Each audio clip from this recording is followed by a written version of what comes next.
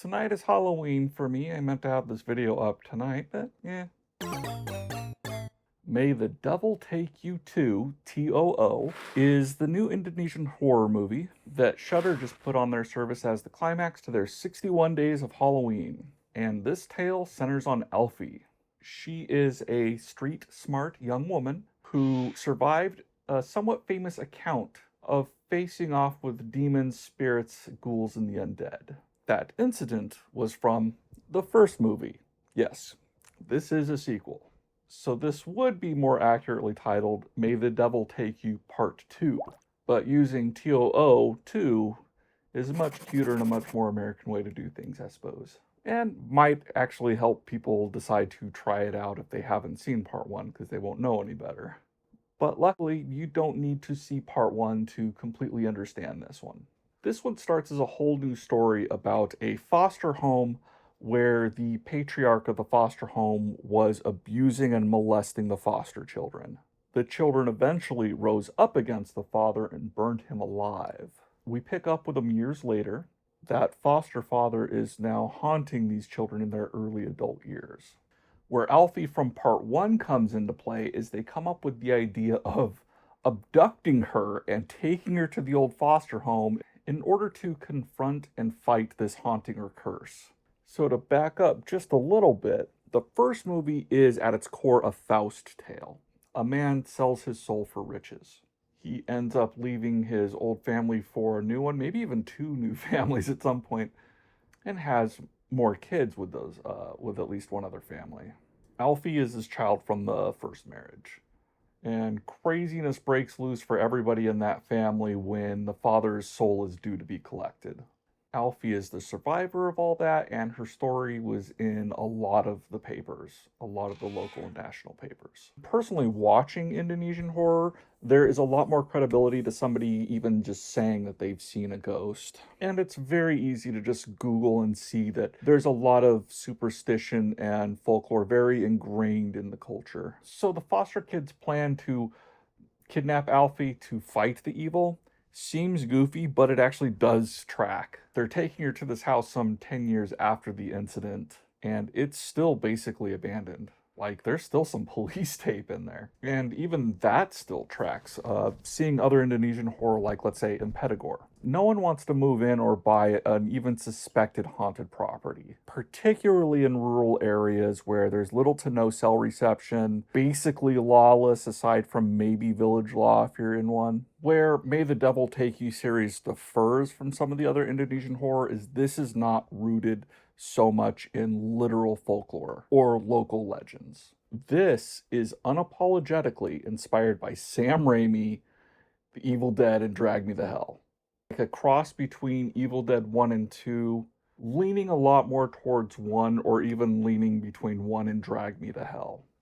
There is a sense of a little bit of goofy tongue-in-cheek, but nowhere near as close as it is in Evil Dead 2, by any stretch. But Alfie has a metric ton of charisma, and she fights her demon pseudo-deadites to a super gory fashion. And a nice thing is she is definitely not a copy of Al Williams, though. She's very tough, but very much aware of her own peril, and just very much has her own vibe and charisma about her. Alfie's not spitting out one-liners and running around with a chainsaw hand, per se. But she does have something that fits her personality, and I would say this slightly different universe a little bit better. The Devil Take You To does start out with more of a very American ghost haunt story type vibe, maybe with some possession thrown in. Very much in the vein of like Insidious or the first couple Annabelle films, with some very genuinely freaky, sneaky jump scares in there. Some do border on goofy, but I do like how they pulled it off. There's a lamp on-off gag that works really well, and a couple of similar uses of that same kind of trick, I guess. It ramps up to much more of a looser, faster, and frantic style, though, once all the characters end up in the foster kid's house. And that's where this becomes much more Evil Dead, Drag Me to Hell, and more in line with May the Devil Take You Part 1, but I think with just a little bit more control and maturity in the directing.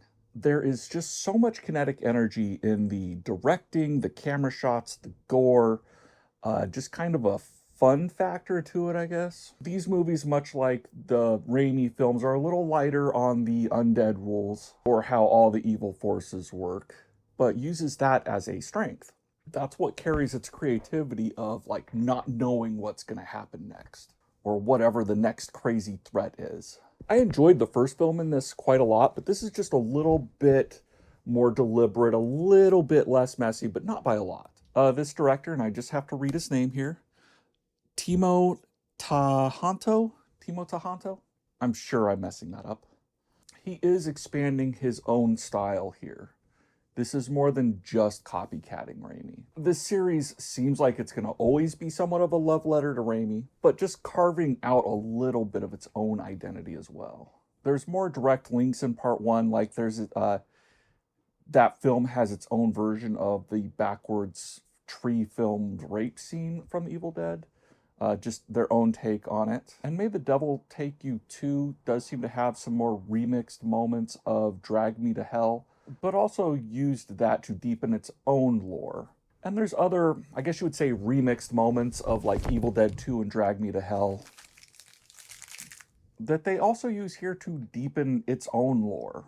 Now, before May the Devil Take You 2 came out, I read twice that this is from a different director than part one of Timo Tjahjanto, and that he was just the writer.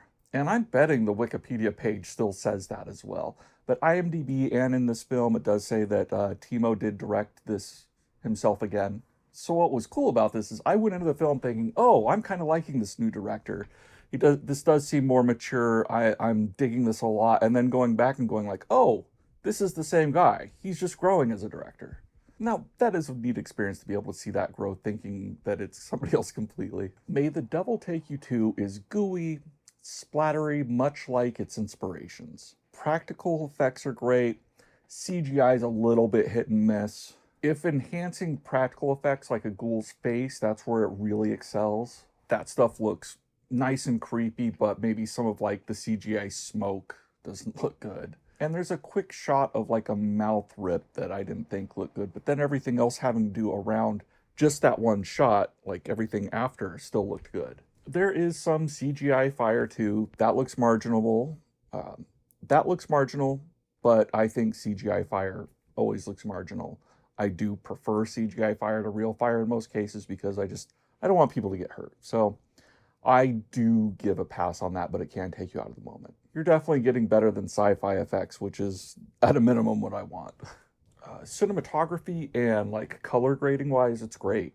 It does highlight some tonal inconsistencies though, where this can be super spooky and serious to just outright goofy and slapstick almost, with just a slight hint of self-awareness. The look in each scene is perfect for each scene, but there is such a contrast between scenes occasionally. And while this starts to just seem like, oh, this is just the further adventures of Alfie, where she's just gonna be involved in other people's stories and it not really having to do directly with her, they do sneak in that this has a lot more to do with part one than it initially seems like. I'm giving May the Devil Take You 2 a hyper-enthusiastic 2 out of 4. It's fun, messy, in your face, and extreme. The protagonist, Alfie, is very charismatic, and I genuinely feel like I love to see her fight for herself and the people around her.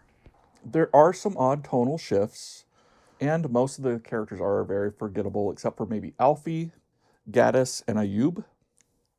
The biggest takeaway is there is an incredible remixing of things from the Evil Dead series and Drag Me to Hell. That will swing things hard for you either way. This can go even as far as their own take on Ash Williams' Chainsaw Hand.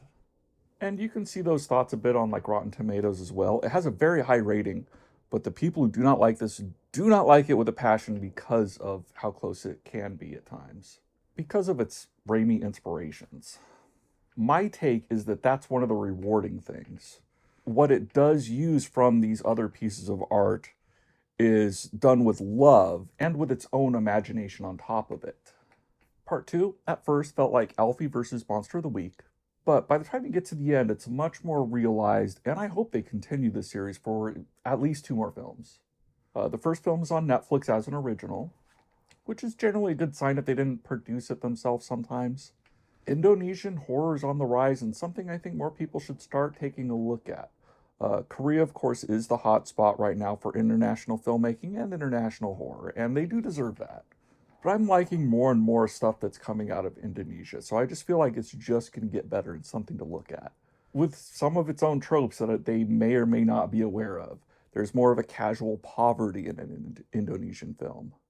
Now, that's not to say that every character is poor, and really no one is starving, but a lot more characters will be living in like a dingy apartment with just like a mattress on the floor and a roommate.